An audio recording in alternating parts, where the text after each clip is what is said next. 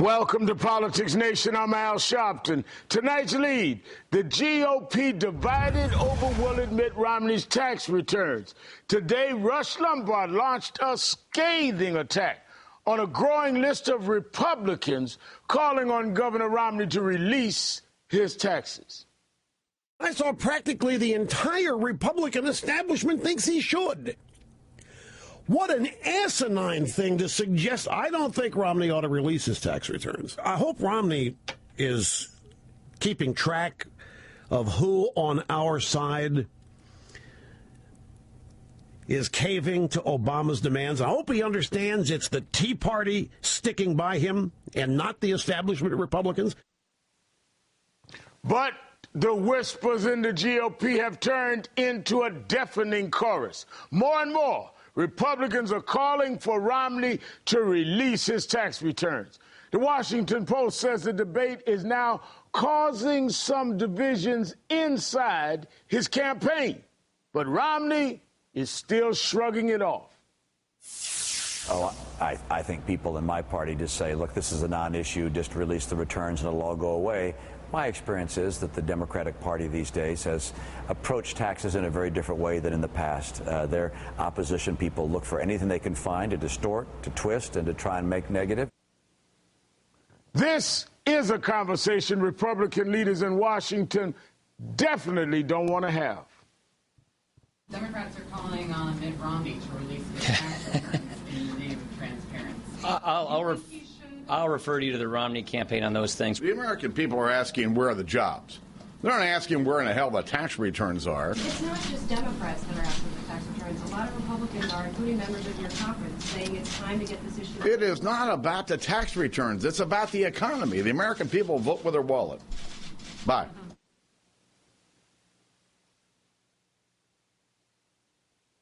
And with that, Speaker Boehner walked out. He didn't want to answer any more questions about Romney's tax returns. The issue is getting more and more curious by the day. Today, more bad news for the Romney campaign. This afternoon, the Huffington Post wrote that there are now questions about the tax returns for 2011, the only year Romney has made public. The Post says, quote, Mitt Romney has not released his full tax records from 2010, including key documentation connected to his Swiss bank account. People who own foreign bank accounts are required to file a separate document with the IRS. Romney has not released that form to the public, end of quote. Now, this documentation could shed light on the mysterious $3 million Swiss bank account that Mr. Romney shut down after 2010. We do know from what he has released that the bank account was housed in the Swiss town of Alton, a picturesque tourist center right in the center of the country. The account was kept here in a bank called Swiss Prime Site. But that's about all we know about it. And Romney seems determined to make sure no one finds out anything more. It all leads to one simple question. Why? Joining me now is Ryan Grimm, Washington bureau chief of for the Huffington Post, who wrote that news report on Romney's Swiss bank account, Catherine Cryer, award-winning journalist, lawyer, and former judge, and Josh Green, senior political editor for Bloomberg Business Week, who's been reporting on Romney's finances. Thank you all for joining me. Let me start with you, Ryan. The 2010 tax returns were not complete. Is that what you're saying? And what could we have learned if they'd been completed? And what does this have to do with him running for president? Right. Well, this is a story that Zach Carter and I wrote today, and what we're referring to is a document that's known as an F-bar, and it just gives more detailed information about those particular accounts, and it's hard to know exactly what we would learn until we see it. But it's critical that if he's going to say, look, all I'm going to give you is 2010, then at least he give all of 2010, because what we found is that And as the LA Times has reported, his 2010 taxes don't actually match up with his presidential financial disclosure form. There are tons of accounts and investments that are listed on his tax return that simply do not appear on his presidential disclosure form.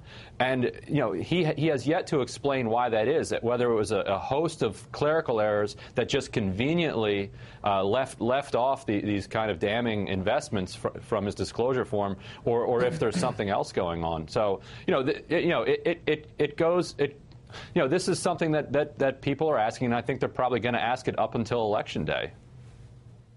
Now, Josh, I mean, the question begs to be raised why he won't release them. And there's all kind of possibilities. Maybe he didn't pay taxes at all in 2009. He took the Swiss bank account amnesty form the IRS offered in 2009. Details of a $100 million IRA account. Had more offshore accounts than we know. Doesn't think he should have to. I mean, there could be any number of reasons, Josh. What do you think? Well, I've spoken to private equity executives and tax planners this week, and the most interesting theory that I heard that I wrote about in Business Week's website this week was that Romney, along with a lot of other rich investors, might have experienced a big capital loss during the market crash of 2008. That he was then able to carry forward to 2009 and couple with some of these offshore tax havens and zero out his tax bill for 2009. Now, that's nothing but speculation, but if it were true, that's something pretty politically damaging. Is that allowable? Let me ask that right on that point. Is that allowable if, in fact, that's true? And I realize it's speculation, but is that allowable? Well, sure. Legally, and in terms of the IRS, it could conceivably be allowable, but there's also the political problem of, if it turned out that you paid no taxes, then, explaining that in the context of a presidential race when you're being painted as a rich, out-of-touch plutocrat who plays by a different set of rules is going to be especially difficult. But it's worth pointing out that the campaign did come out late this afternoon and said that it was not true that he paid no taxes in 2009, although we can't know for sure because they still won't release that tax return. Now, Catherine, when you look at the fact that all of these questions come about looking at Bain Capital, looking at his investments, he really invited us to look at his tenure as the CEO of Bain and therefore open the door to this, saying, look at how I conducted business. I'm a job creator. Look at what I did in the private sector. And then when people started looking, he started saying, no, don't go this far. Only look at what I want to show you.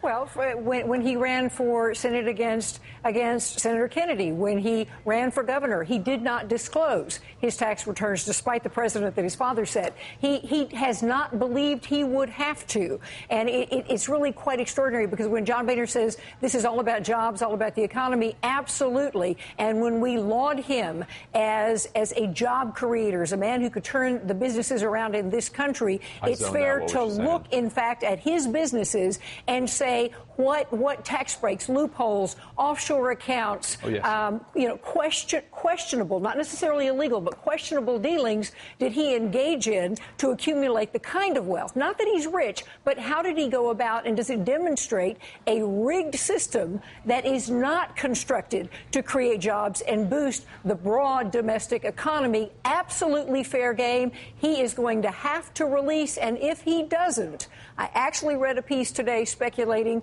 could this man literally withdraw before the convention? I think things are going to get even more interesting. Wow, you think he could have to withdraw? You think it's that serious? If he doesn't, one of the moments of speculation, and Josh, I sort of thought you'd mention this, is because a ruling that the Swiss banks were having to reveal investors. No investors ever thought that they would be an open book. Then there was an amnesty created in 2009. A lot of very wealthy Americans with offshore accounts used that to go back to the IRS and amend. Wow. It may be, in fact, that he participated, don't know, but that he participated in the amnesty program, which is saying, I didn't declare my taxes because I didn't think anyone would ever pierce that veil, and now I've utilized the amnesty program, all of which call into question his assertion that his business acumen is right to drive the economy of the United States of America. Now, all of these scenarios that we're speculating, there's all speculation, we don't know. But Ryan, I heard you trying to get in there, but answer that. Do you think they ever thought they'd have to release the details of the Swiss account? No, and actually, Abby Huntsman and I reported today that three Bain executives that we spoke to say that he never thought over the last 10 years that he would ever have to release these tax returns. It's basically a high principle for him. He genuinely doesn't believe that people have the right to this, what he considers private financial information, and he's insulted at having to deal with the question. And you can almost see that come through in a really fascinating and wide-ranging interview that he gave to Bob Costa of the National Review yesterday. And what I was trying to cut in on was during that interview he also talked about the Cayman Islands, and he said, look, there's nothing wrong with these Cayman Islands account. What happens is that we set up an account in the Cayman Islands, and that lets foreign companies invest in a U.S. company without having to pay U.S. taxes. And so that's good for the U.S. because then we get that foreign investment. And what I guess he doesn't understand the politics of what he's saying. He outright admitted that the reason, and Zach Carter wrote this up today on our site, that pulled it from Costa's interview, that the reason they set up those Cayman Islands entities was so that foreign corporations could evade U.S. taxes. He outright American said that. Taxes. And a lot of U.S. taxpayers, and we know this for a fact, a lot of U.S. taxpayers pretend to be foreign companies when they go to the Cayman Islands and get out of taxes that way. Josh, did that happen with this one? We don't know.